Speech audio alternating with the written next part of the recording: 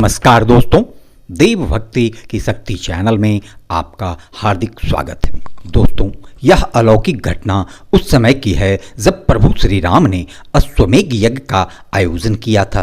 प्रभु श्री राम के अनुज शत्रुघ्न के नेतृत्व में अयोध्या की सेना सभी प्रदेशों को जीतते हुए आगे बढ़ती जा रही थी। यज्ञ का घोड़ा विभिन्न प्रदेशों से गुजरता हुआ जा रहा था।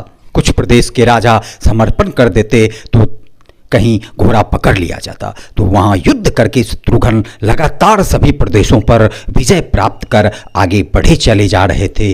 उस सेना में शत्रुघ्न के अतिरिक्त हनुमान, सुग्रीव और भरतपुत्र पुष्कल सहित अनेकों महारथी शामिल थे, जिनसे जीतना देवताओं के लिए भी असंभव ही था। कई प्रदेशों को जीतने के बाद जब घोड़ा देवपुर पहुंचा, जहां राजा वीरमणि का राज्य था, महाराज वीरमणि स्वयं प्रभु श्री राम एवं भगवान शिव के अनन्य भक्त थे। उनके दोनों पुत्र रुक्मांगद और शुभांगद श्रेष्ठतम वीरों में से थे। स्वयं राजा वीरमणि एक महारथी थे। उनके भाई वीर सिंह भी किसी से कम नहीं थे। उन्होंने भगवान रुद्र की घोर तपस्या कर उन्हें प्रसन्न कर लिया था। तब महादेव ने उन्हें उनके राज्य की रक्षा करने का वरदान दिया था। महादेव द्वारा रक्षित होने का वरदान मिलने के कारण कोई भी राजा उनके राज्य पर आक्रमण करने का साहस नहीं कर पाता था। जब अश्वमेघ यज्ञ का घोड़ा उनके राज्य में पहुंचा तो ये राजा वीरमणि के पुत्र रुक्मांगद ने उन्हें बंदी बना लिया और अयोध्या के सैनिकों से कहा, यज्ञ का घोड़ा उनके पास है, जाकर शत्रुघ्न से कह दो विधिवत युद्ध करके वह अपना अश्व छुड़वा ले। जब रुक्मांगद ने ये जानकारी अपने पिता राजा वीरमणि को दी तो वे बड़े चिंतित हुए और अपने पुत्र से कहा, पुत्र, तुमने अनजाने में प्रभु श्री राम का घोड़ा पकड़ लिया है। श्री राम हमारे मित्र हैं, उनसे शत्रुता करने का कोई औचित्य नहीं है, इसीलिए तुम यह घोड़ा उन्हें वापस लौटाओ। तब रुक्मांगद कहता है, पिताश्री, मैंने तो उन्हें युद्ध के लिए चुनौती भी भेज दी है, अतः अब बिना युद्ध के अश्व को लौटाना न सिर्फ हमारा वरन उनका भी अपमान ही होगा। अब तो जो हो गया सो हो गया, उसे बदला नहीं जा सकता, इसीलिए आप मुझे युद्ध की अनुमति दें। राजा वीरमणि पुत्र की बात पर सहमत होते हुए अनुमति प्रदान करते हैं। राजा वीरमणि, उनके भ्राता वीर सिंह एवं उनके दोनों पुत्रों रुक्मांगद एवं शुभांगद अपनी विशाल सेना लेकर युद्ध क्षेत्र में आ जाते हैं। उधर शत्रुघ्न को जब यह सूचना मिली कि यज्ञ के घोड़े को बंदी बना लिया है तो वे अत्यंत क्रोधित हो गए और सेना सहित युद्ध क्षेत्र में पहुंच गए। उन्होंने पूछा, अश्व को कौन छुड़ाएगा? तब भरतपुत्र पुष्कल ने कहा, तातश्री, आप चिंता न करें, आपके आशीर्वाद और प्रभु श्री राम के प्रताप से मैं आज ही उन योद्धाओं को हराकर अश्व छुड़ा लाता हूँ। उन दोनों की बात सुनकर महावीर हनुमान कहते हैं, राजा वीरमणि के राज्य पर आक्रमण करना स्वयं परम पिता ब्रह्मा के लिए भी कठिन है, क्योंकि यह नगरी महाकाल द्वारा रक्षित है। अतः उचित होगा कि हम प्रभु श्री राम को सूचित करें, क्योंकि राजा वीरमणि प्रभु श्री राम का बहुत आदर करते हैं। संभव है बातचीत के द्वारा ही कोई समाधान निकल जाए। हनुमान जी की बात सुनकर शत्रुघ्न जी कहने लगे, धिक्कार है हम सब पर। हम सबके रहते हुए यदि प्रभु श्री राम को स्वयं युद्ध भूमि में आना पड़े तो इससे लज्जाजनक बात हमारे लिए और क्या हो सकती है। अब तो जो भी हो, हमें युद्ध तो करना ही पड़ेगा। यह कहकर वे सेना सहित युद्ध भूमि में पहुंच जाते हैं। दोनों ओर से घनघोर युद्ध होने लगा। भरतपुत्र पुष्कल सीधा जाकर राजा वीरमणि से भिड़ गया। दोनों अतुलनीय वीर थे, तरह तरह के शस्त्रों से एक दूसरे पर हमला करने लगे। हनुमान जी वीरमणि के भ्राता वीर सिंह से युद्ध करने लगे। उधर रुक्मांगद और शुभांगद मिलकर शत्रुघ्न से भिड़ गए। पुष्कल और वीरमणि में घनघोर युद्ध चलता रहा। अंत में पुष्कल ने वीरमणि पर 8 नाराज बाणों से वार कर दिया। इस प्रचंड वार को राजा वीरमणि संभाल नहीं पाए और वे मूर्छित होकर अपने रथ पर ही गिर गए। उधर वीर सिंह ने हनुमान जी पर कई प्रचंड प्रहार किए, परंतु हनुमान जी को उनके प्रहारों से कोई हानि नहीं पहुंची। फिर हनुमान जी ने एक विकट पेड़ से वीर सिंह पर वार किया, जिससे वीर सिंह रक्त वमन करते हुए मूर्छित होकर गिर पड़े। उधर शत्रुघ्न एवं राजा वीरमणि के दोनों पुत्रों के बीच असाधारण युद्ध चल रहा था। अंत में शत्रुघ्न ने दोनों भाइयों को नागपाश में बांध लिया। अपनी विजय देख शत्रुघ्न की सेना के सभी वीर सिंहनाद करने लगे। उधर जब राजा वीरमणि की मूर्छा दूर हुई तो उन्होंने अपनी सेना को हार के मुहाने पर देख भगवान रुद्र का स्मरण किया। भगवान शिव अपने भक्त की मदद करने के लिए वीरभद्र के नेतृत्व में नंदी भृंगी सहित सारे गणों को युद्ध भूमि में भेज देते हैं। महादेव के सारे अनुचर जय जयकार करते हुए अयोध्या की सेना पर टूट पड़ती है। शत्रुघ्न, हनुमान और अन्य योद्धाओं को लगा कि जैसे प्रलय आ गया हो।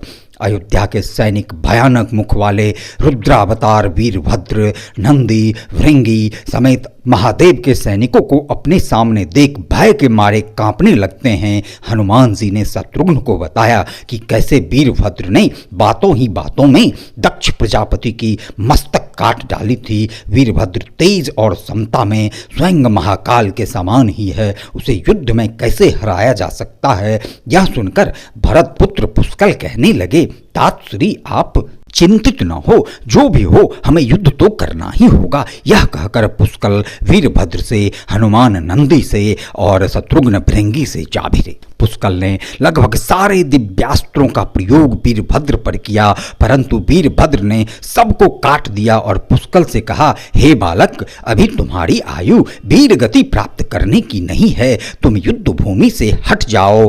तभी पुष्कल ने वीरभद्र पर शक्ति से प्रहार कर दिया, जो सीधे वीरभद्र के मर्म स्थल पर जाकर लगा, जिससे क्रोधित होकर वीरभद्र ने एक त्रिशूल से पुष्कल का मस्तक काटकर भयानक सिंहनाद किया। उधर भृंगी आदि गणों ने शत्रुघ्न पर भयानक प्रहार कर उन्हें भी महादेव के पास में बांध लिया, जबकि हनुमान और नंदी पूरी शक्ति से एक दूसरे से लड़ रहे थे। दोनों ही प्रभु श्री राम के भक्त एवं महादेव के तेज से ही उत्पन्न हुए थे, इसीलिए बराबर की लड़ाई चल रही थी। तभी अचानक नंदी ने शिवास्त्र का प्रयोग कर हनुमान को पराभूत कर दिया। यह सब देखकर राजा वीरमणि के सैनिकों में भी गजब का उत्साह आ गया। वे सब अयोध्या के बाकी सैनिकों पर टूट पड़े। तब हनुमान जी शत्रुघ्न से कहते हैं, मैंने आपको पहले ही कहा था यह नगरी महाकाल द्वारा रक्षित है, लेकिन आपने मेरी बात ही नहीं मानी। अब इस संकट से उबरने का एकमात्र उपाय यही है कि हम सब प्रभु श्री राम को याद करें, वही कुछ कर सकते हैं। फिर सभी मिलकर प्रभु श्री राम को याद करने लगते हैं। अपने भक्तों की पुकार सुन भगवान श्री राम तत्काल लक्ष्मण तथा भरत सहित वहां आ जाते हैं। उन सबों को यह विश्वास हो गया कि अब हमारी विजय निश्चित है। पूरी सेना में एक नए जोश और उत्साह का संचार हो गया। श्री राम ने सबसे पहले शत्रुघ्न को मुक्त करवाया। लक्ष्मण ने हनुमान जी को। जब प्रभु श्री राम, लक्ष्मण और श्री भरत ने पुष्कल का मस्तक धड़ से अलग देखा तो भरत जी यह देखकर मूर्छित हो गए। तब क्रोधाग्नि में जलते हुए प्रभु श्री राम वीरभद्र को ललकारते हुए कहते हैं, जिस प्रकार तुमने पुष्कल का वध किया है, उसी प्रकार अब अपने जीवन का अंत समझो। ऐसा कहकर श्री राम सेना सहित शिव गणों पर टूट पड़ते हैं, परंतु जल्द ही उन्हें यह आभास हो गया कि शिव गणों पर साधारण अस्त्रों का प्रयोग बेकार है। इसलिए उन्होंने महर्षि विश्वामित्र द्वारा प्रदत्त दिव्यास्त्रों से वीरभद्र, नंदी सहित सारी सेनाओं को विदीर्ण कर देते हैं। श्री राम के प्रताप से पार न पाते हुए देख सारे गण एक स्वर में महादेव का आह्वान करना शुरू कर देते हैं। जब महादेव ने देखा कि उनकी सेना बड़े कष्ट में है तो स्वयं रण क्षेत्र में प्रकट होते हैं। इस अद्भुत दृश्य का नजारा करने के लिए परमपिता ब्रह्मा समेत समस्त देवतागण आकाश में स्थित हो गए। जैसे ही महाकाल युद्ध क्षेत्र में प्रकट होते हैं, उनके तेज से ही लगभग सारी राम सेना मूर्छित हो जाती है। जब प्रभु श्री राम ने देखा कि साक्षात महादेव रण क्षेत्र में आए हैं, तो उन्होंने शस्त्र का त्याग कर भगवान रुद्र को दंडवत प्रणाम कर उनकी स्तुति की और कहा कि हे समस्त ब्रह्मांड के स्वामी, आपके प्रताप से ही मैंने महापराक्रमी रावण का वध किया। आप स्वयं ज्योतिर्लिंग रामेश्वर में पधारे। हमारा जो भी बल है वो आपके आशीर्वाद का ही फल है और यह अश्वमेघ यज्ञ भी आपकी ही इच्छा से हो रहा है। इसीलिए हम पर अपनी कृपा करें और इस युद्ध का अंत भी। यह सुन भगवान रुद्र कहते हैं कि हे राम, आप स्वयं विष्णु के दूसरे रूप हैं। मेरी आपसे युद्ध की कोई इच्छा नहीं है, फिर भी चूंकि मैंने अपने भक्त वीरमणि को उसकी रक्षा का वरदान दिया है, अतएव युद्ध से पीछे भी नहीं हट सकता। अतः आप संकोच छोड़ें और मुझसे युद्ध करें। श्री राम ने इसे शिव की आज्ञा मान युद्ध प्रारंभ किया। श्री राम ने सारे दिव्यास्त्रों का प्रयोग महाकाल पर किया, पर वे संतुष्ट नहीं कर पाए। अंत में उन्होंने पाशुपतास्त्र का संधान कर शिव से बोले, प्रभु, आपने ही मुझे यह वरदान दिया है कि आपके द्वारा प्रदत्त इस पाशुपतास्त्र से त्रिलोक में कोई पराजित हुए बिना नहीं रह सकता। इसीलिए हे देवाधिदेव, आपकी आज्ञा और इच्छा से मैं इसका उपयोग आप पर ही करता हूँ। ये कहते हुए प्रभु श्री राम ने पाशुपतास्त्र शिव पर चला दिया।